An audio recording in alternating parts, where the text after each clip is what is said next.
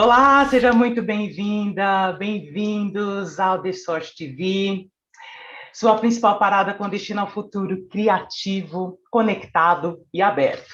Eu sou a Joyce Ribeiro e junto com a Red Hat e as nossas convidadas, hoje nós vamos trocar experiências e trazer novas visões sobre assuntos relevantes da atualidade. E na nossa conversa de hoje, nós vamos tratar de um tema que é mais comum do que parece, que é a síndrome do impostor.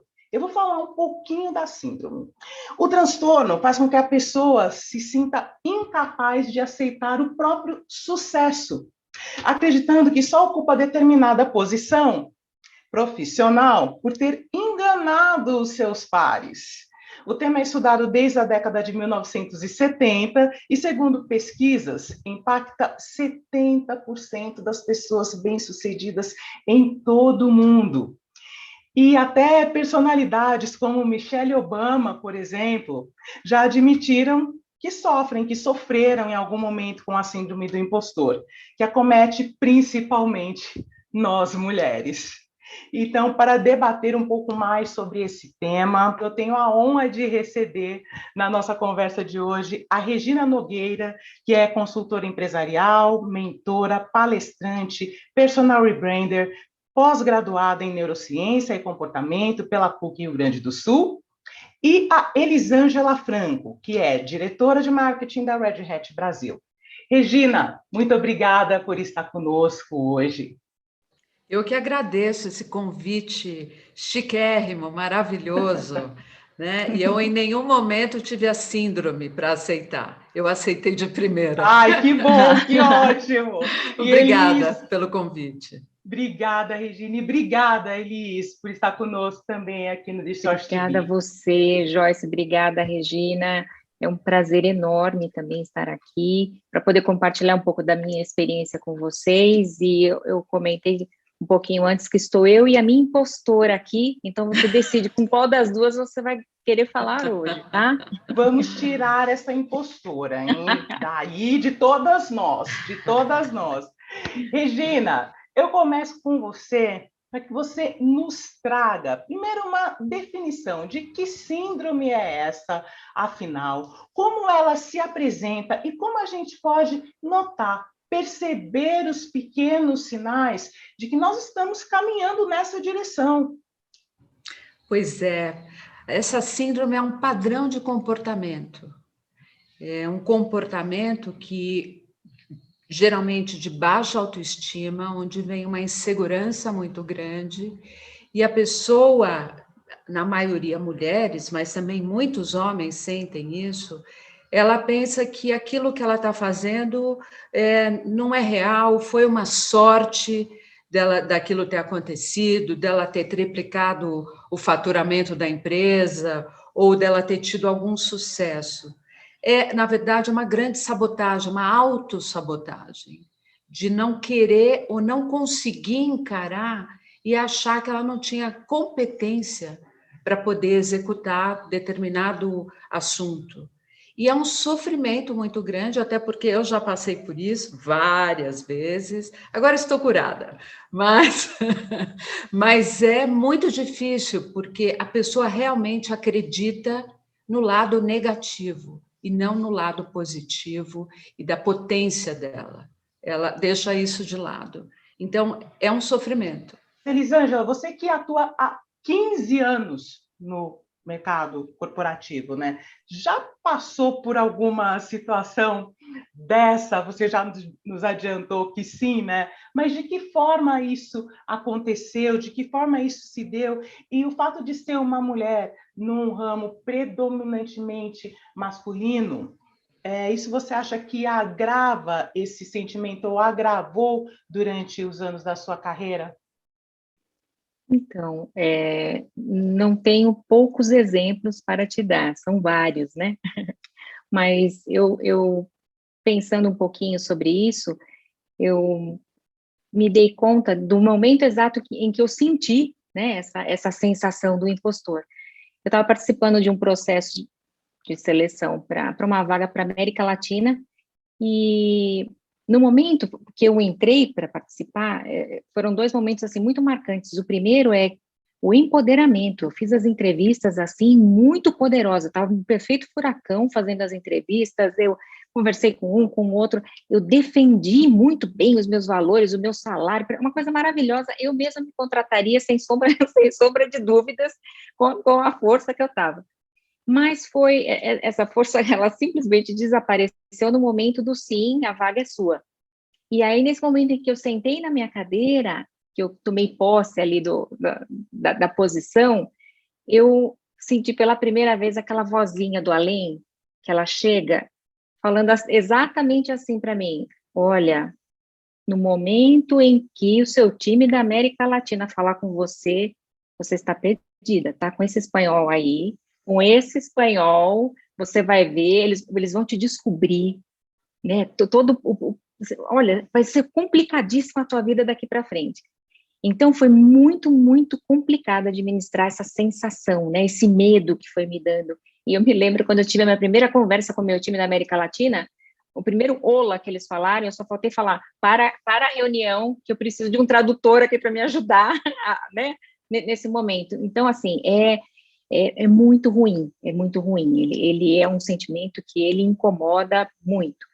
E aí, respondendo a tua pergunta, se isso se agrava dentro de um ambiente como de tecnologia, que é predominantemente masculino, eu acredito que sim, porque é um pouco natural das mulheres que a gente tente a todo momento se sobressair, né? A gente fica se testando, se auto, né, provando, então isso gera uma exaustão na gente, que a gente vai se desconectando, então, com certeza, sim.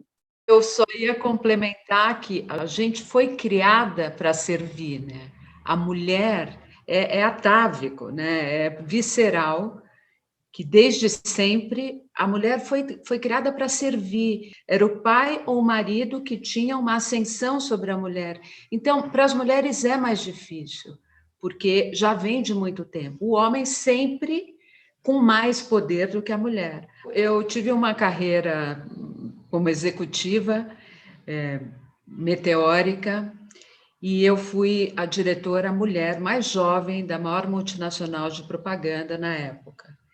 E isso eu vou ter que dizer a idade, faz mais de 20 anos, eu fui a mais jovem e eu fiquei tão desesperada, que eu queria tanto ser diretora, quando eu fui, eu tive uma alergia, eu mudei todo o meu guarda-roupa, eu falava, não, agora eu sou diretora, então eu só comprei tailleur, um de cada cor, e fiquei insuportável, porque eu fiquei uma chata, mudei, eu sempre fui uma pessoa divertida, extrovertida, as pessoas começaram a se afastar de mim. E aí eu fui ficando mais desesperada e perdida quando eu percebi que eu precisava tanto me autoafirmar, porque eu estava com tanto medo de não ser suficientemente boa e falhar como diretora de um grande cliente, que na época era a Unilever, internacional. Eu falei, eu não vou dar conta. Eu tive alergia, quer dizer, alergia é tipicamente emocional.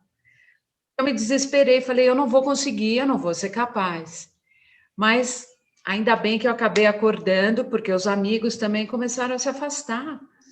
E aí eu falei, mas o que está acontecendo? Aí eu percebi que eu tinha mudado completamente o meu comportamento. E, Regina, por medo. Como quebrar esses paradigmas e esses modelos, né, tão sedimentados no universo corporativo nos dias de hoje? Como fazer com que isso não se replique novamente e repetidas vezes? Olha, o que ajuda muito é você fazer uma retrospectiva das suas conquistas, porque é em cima de fatos você percebe que aquilo aconteceu. O segundo ponto é você ter um mentor, você ter uma conexão com amigos, com família, porque tudo isso vai te acolhendo e você vai aos poucos se sentindo uma boba, porque são tantos fatos que vão te ajudando a ver tudo que você fez. Obviamente, é muito bacana se você tiver o teu momento de conexão com você, que pode ser meditação, que pode ser andar, que pode ser, enfim, viajar, todos esses pontos vão te acolhendo e te fazendo sentir um pouco mais confortável. E poder também falar, eu acho que a gente vive num momento onde é muito bom poder dizer dos teus problemas, do teu lado vulnerável, né? Eu acho que a gente vem de uma pressão tão grande, principalmente a mulher, de que você não pode, gente, você é mulher, você vai ficar falando que você se sente fraca, que você tem medo, que você fica nervosa, como assim, né? Então, chega a dar um alívio esse momento da gente poder dizer, sim, a gente tem esse tipo de sentimento. Eu me conecto muitas vezes com apresentações que eu vou assistir, onde essas grandes executivas, elas falam a verdade, né? Olha, eu tenho filho, o filho chora, o marido fica bravo quando eu viajo. Então, toda essa realidade que ela é nossa também. Então, isso vai ajudando a gente, né, se conectar. Talvez no imaginário geral, a sabotagem esteja no expor, né? Quando seria o contrário, sim, né? A sabotagem não é o expor a dificuldade, né? Exato, é interno, né? E Elis, ocupar um lugar de líder, né? Como você faz há tantos anos, para isso é preciso trabalhar a autoestima, a sua autoestima e a do seu time. Quais ferramentas você julgou nessa trajetória como mais importantes para fazer essa conexão do pessoal, do trabalho e fazer o time andar para frente, literalmente, né? Eu acho que existem 3 pontos que eu gosto de estimular no time, que eu acho que são pontos fortes e que geram um impacto positivo. O primeiro é a confiança.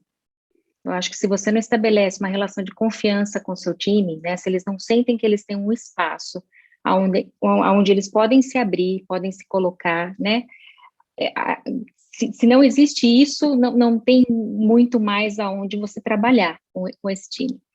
E um segundo ponto que eu gosto e acho que tem tudo a ver com o meu processo de liderança é envolvimento. Então, até o que eu falei um pouco antes, de que a gente não... Eu venho de uma época onde você não podia se envolver, onde o líder, ele tinha que ter aquela separação entre ele, né, e a tua equipe. Imagina, ele não pode saber o que acontece ali. Então, e o envolvimento, ele vai muito além das tuas 8 horas de trabalho. Quanto mais você entende quem é aquela pessoa, o que acontece no mundo dela fora da empresa, né? Então, o processo de confiança faz com que esse processo de envolvimento também aconteça de forma natural. E um último é o autoconhecimento. Primeiro quanto mais eu me conheço, mais eu vou me descobrindo, eu vou me entendendo, eu vou me sentindo ser humano, e isso facilita com que eu me conecte com o outro também. Elis trouxe um ponto importante para Regina nos ajudar a entender melhor, porque o autoconhecimento ele não é passivo, né? Não adianta, a gente cria várias personagens ao longo da vida, e se a gente não trabalha a nossa reconexão interna, a gente acredita nas personagens que a gente inventa. E aí você sofre como personagem, porque você se desconectou da tua verdade, da tua essência. Então, o autoconhecimento é uma forma de você estar sempre se conectando, e a partir do momento que você consegue fazer essa conexão, você também começa a aceitar a tua humanidade. A aceitação nada mais é do que você se lembrar que você é humana. E na hora que você percebe que você é humana, você consegue enxergar a humanidade no outro também. O outro falha, e você também. E está tudo certo, porque nós somos humanos. Ser humano significa errar, falhar, ser um equívoco. Então, a aceitação, esse é um processo que leva à aceitação. Porque, na verdade, nada mais é do que você descer do salto e perceber que você é humana como o outro, e que a gente acaba sendo pega quando a gente julga. Na hora que você percebe a humanidade no outro, você consegue baixar a bola, na verdade, e se conectar e falar, somos todos iguais, estamos todos juntos nessa. E esse é o grande momento de aceitação.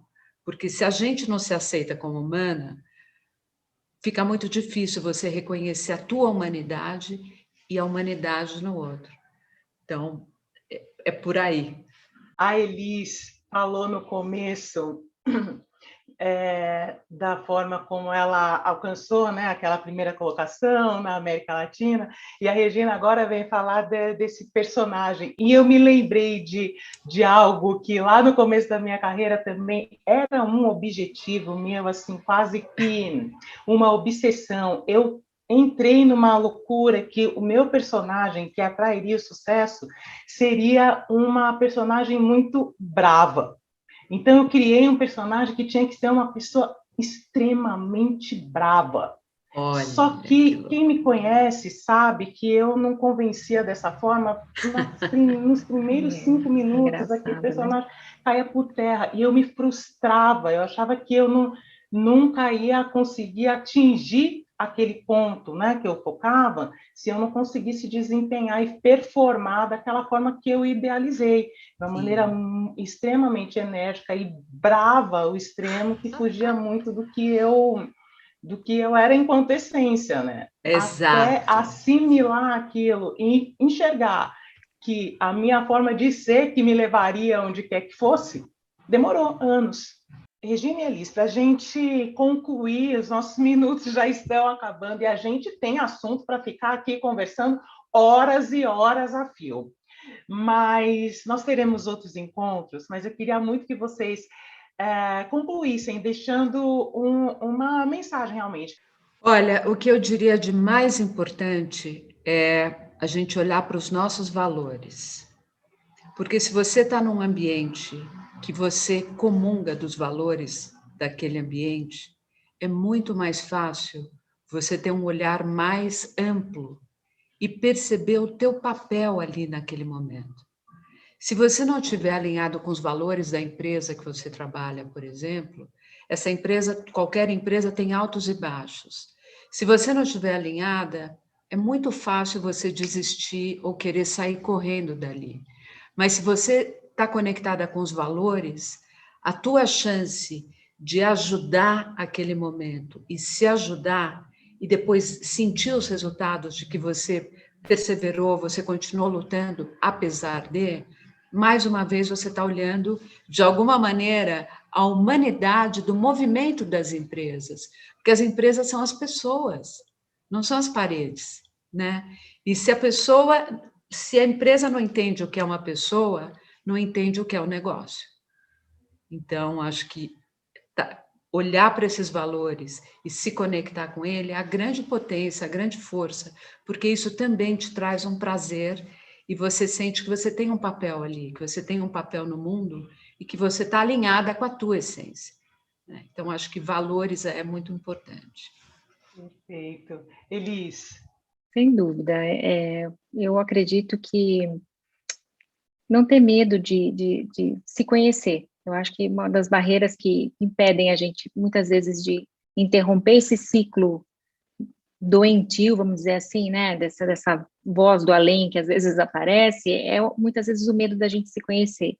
Então, quanto mais você ouvir a tua própria voz, né, e essa voz, você conseguir ecoar essa voz do além, ela vai diminuindo. Então, a nossa própria voz tem que sair, a gente tem que encontrar os nossos espaços, e como a Regina falou, estar em lugares e empresas onde a tua voz seja respeitada, isso já é um caminho gigantesco para que essa conexão aconteça. Quero muito agradecer novamente a presença da Regina Nogueira, palestrante, personal rebrander, e também a Elisângela Franco, que é diretora de marketing da Red Hat Brasil. Eu sou a Joyce Ribeiro e também quero agradecer a todos que estiveram com a gente aqui na The Source TV. Para assistir todos os episódios, é só clicar no card e acessar a nossa playlist. Foi muito bom, uma alegria estar com vocês, dividindo as nossas histórias. Estaremos juntas novamente para bater mais papo e trocar mais, e compartilhar mais essas conversas enriquecedoras. Tenho certeza que todo mundo que esteve com a gente até agora também se alimentou muito dessa troca que a gente teve aqui. Obrigada. Muito obrigada. Obrigada.